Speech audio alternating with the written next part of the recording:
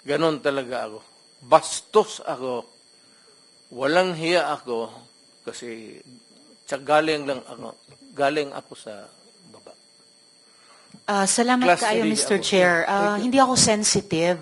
Ayaw ko lang talaga ng bastos. Ayaw ko ng walang hiya. Lalo na pag pinag-uusapan natin Kaya ng nga. seryosong bagay ng war on drugs saka Kaya extrajudicial killings. ako bastos man. Salamat kaayo, Wala ang Mr. hiya Chair. talaga ako.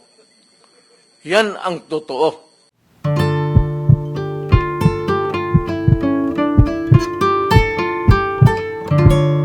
I think, Mr. Chairman, medyo mahaba na yung time ng ating... Yes, alam ko.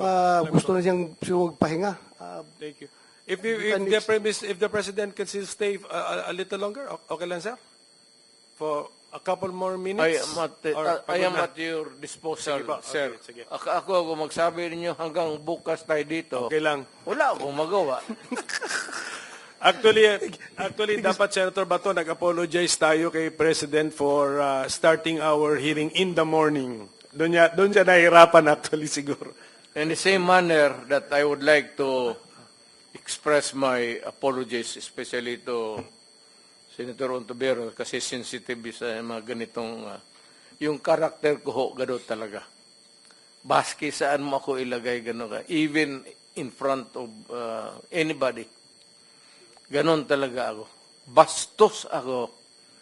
Walang hiya ako kasi galing ako sa baba. Salamat Class kaayo, three Mr. ako. Chair. Hindi ako sensitive. Ayaw ko lang talaga ng bastos. Ayaw ko ng walang hiya. Lalo na pag pinag-uusapan natin Kaya ng nga. seryosong bagay ng war on drugs saka Kaya extrajudicial killings. ako bastos man. Salamat kaayo, Wala ang Mr. hiya Chair. talaga ako. Yan ang totoo. Siguro, hindi ako dadating itong pagka-presidente kung hindi ako bastos at hindi ako walang hiya. Thank you, Mr. President. I am now, hindi sa lahat ma'am, baka sabihin mo magwalang hiya ako sa inyo, hindi yan.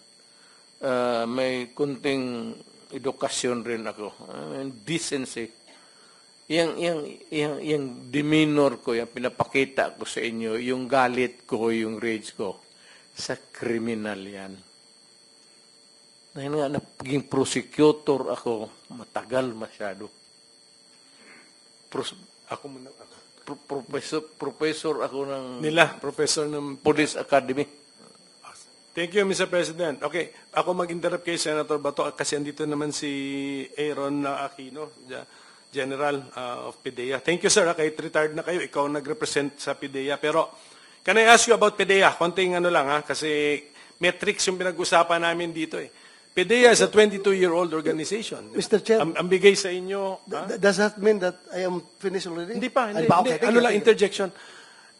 Kayo, binigay nga sa iyo yung ang basa namin sa law, sa anti-drugs, PIDEA, dapat yan Do you have, naging head kayo eh. For how long were you head of PIDEA? Taon din ba? Taon? Years din? It's 2 years and... 2 years. Okay, so you're familiar with PIDEA. Yes, sir. Are you in possession or are you the repository of data about drugs? So kunyari gusto natin sukatin ang success ng Duterte administration's war on drugs. Hawak ng PIDEA ang any metrics na before June 30, 2016 at tapos June 30, 2022. Meron kayong klaseng ganun data? Kung Is it sakaling matrix, Mr. Chair? Ha? Matrix? Are you asking? Metrics data. How much drug we have? Marami sigurong ways to measure the drug problem. Number of users, number of suspected pushers, at what levels, big time, manufacturing, etc. Number of arrests, do we have all of this data with the PIDEA? Yan ang tanong ko. Yes, sir. And I think sa Dangerous Drugs Board din, sir, may data. DDB. Si General Kuy nga pala naman sa DDB. So, ganon. Just, hindi ko na siguro kayo ipipress sa figures, but not you, General Aquino, but the current PIDEA. Are you still with the DDB? Wala na rin, sir. And the current DDB, kunang ko na lang, ang sinasabi nyo sa akin, they should be in possession of the data. That's what you're telling me. Yes, Mr. Chair. Okay, we will require them to submit. Kasi ang katanungan, marami rin nagtatanong is, ano ba yun? How successful was it? Pero we have to use some objective metric. Hindi pwedeng, siyempre, kung subjective, puro praises o puro criticism naman. So, mag-isip kami ng metric na kung how to measure a success or failure in the war against drugs. Okay. Sir, Mr. President, sige. Senator, may I be allowed additional moments? Alam mo itong war of the... Itong PDEA, hindi man sabihin inutil. Pero kung yung PDEA, ang asahan mo to fight drug, patay ang Pilipinas. Take it from me, galing ako sa taas presidency. Galing ako mayor, congressman. Hindi kaya ng PDEA. Hindi nga niya alam sino yung mga, diyan sa palibot dito sa Batasan, sino yung mga drugista diyan sa Police talaga yan. Police. Ang sekreto niyan is mayor, pati police at barangay captains. Yun lang yun. Yun ang kailangan mo. Huwag na yan generals. Police, kapitan, police, barangay. Yan. Well, generals, malayo masyado yan. Anak ng puta. Sorry. Wala yan. You cannot solve the problem. Nandito na lang rin tayo pag-usapan natin what's the best approach to. The best approach really is dito sa baba. Barangay captain,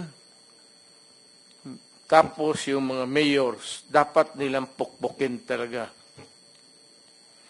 Pag ang isang mayor, pag sinabi niya na walang droga dito sa siyudad ko, hindi naman ako nagyayabang.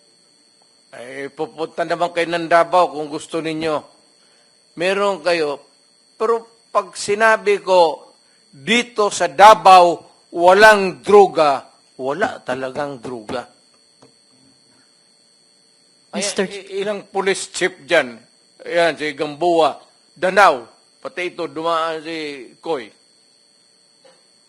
Pag sinabi ko sa kanila, walang droga, kayo ang sabi ko, ipapakaw ko talaga sila sa cross. Nagpagawa ako ng cross dyan nilagay ko sa barak sa likod. Ipapako ko yung police director dyan na pagka may trabaho ninyo yan eh. Yes, sir.